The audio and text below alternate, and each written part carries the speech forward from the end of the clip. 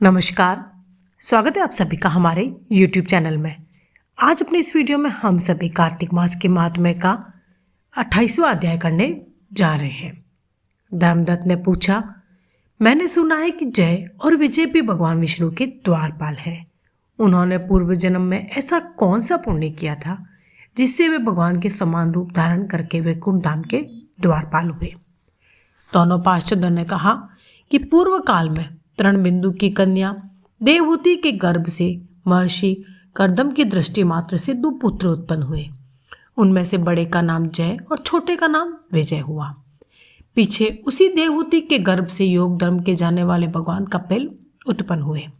जय और विजय सदा भगवान की भक्ति में तत्पर रहते थे। वे नित्य अष्टाक्षर मंत्र का जप और वैष्णव व्रतों का पालन करते थे।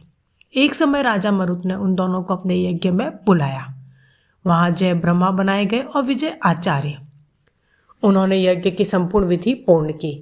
यज्ञ के अंत में राजा मरुत ने उन दोनों को बहुत धन दिया। धन लेकर दोनों भाई अपने आश्रम पर आ गए। वहां उस धन का विभाग करते समय दोनों में परस्पर लाग डांट पैदा हो गई। जय ने कहा, इस धन को बराबर बांट लिया जाए। विजय का कहना था कि नहीं, जिसको जो मिला है वह उसी के पास रहे। तब जय ने क्रोध में आकर लोभी विजय को श्राप दिया, तुम ग्रहण करके देते नहीं हो, इसलिए ग्रह अर्थात मगरमच्छ हो जाओ। जय के शाप को सुनकर विजय ने भी श्राप दिया, तुमने मद से भ्रांत होकर श्राप दिया है, इसलिए तुम मातंग अर्थात हाथी की योनि में जाओ। तत्पश्चात उन्होंने भगवान से श्राप निवृत्ति के लिए प्रार्थना की। श्री भगवान ने कहा, तुम मेरे भक्त हो, तुम्हारा वचन कभी असत्य नहीं होगा। तुम दोनों अपने ही दिए हुए इन शापों को भोग कर फिर से मेरे धाम को प्राप्त होगे।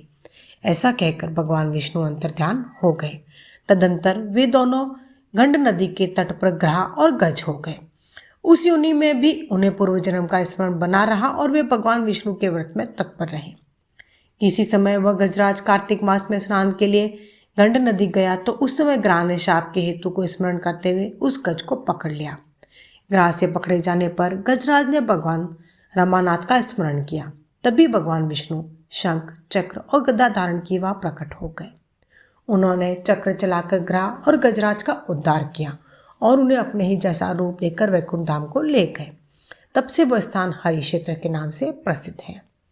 वे ही दोनों विश्वविख्यात जय और विजय है जो भगवान विष्णु के द्वारपाल हुए हैं। धर्मदत्त, तुम भी ईर्ष्या और द्वेष का त्याग करके सदैव भगवान विष्णु के व्रत में स्थिर रहो। समदर्शी बनो। कार्तिक माघ और वैशाख के महीनों में सदैव प्रातःकाल स्नान करो। एकादशी के व्रत के पालन में स्थिर रहो। तुलसी के बगीचे की रक्षा करते रहो। ऐसा करने से तुम भी शरीर का अंत होने पर भगवान विष्णु के परम पद को प्राप्त हो जाओगे। भगवान विष्णु को संतुष्ट करने वाले तुम्हारे इस व्रत से बढ़कर ना यज्ञ है, ना दान है और ना ही कोई तीर्थ है। विप्रवर, तुम धन्य हो जिसके व्रत के आधे भाग का फल पाकर यह स्त्री हमारे द्वारा वैकुंठ धाम में ले जाई जा रही है। नारद जी बोले, हे राजन। धर्मदत्त को इस प्रकार उपदेश देकर वे दोनों विमानचारी पार्षद उस कलहा के साथ वैकुंठ धाम को चले गए।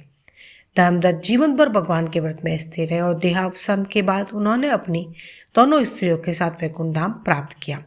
इस प्राचीन इतिहास को जो सुनता है और जो सुनाता है वह जगत गुरु भगवान की कृपा से उनका सानिध्य प्राप्त करने वाला उत्तम गति को प्राप्त करता है। इस प्रकार कार्तिक मास के महात्म्य का 28वां अध्याय भी पूर्ण हुआ। यदि वीडियो पसंद आया हो तो लाइक, शेयर और सब्सक्राइब चैनल को ज़रूर कीजिएगा। जय श्री हरि, जय श्री कृष्णा।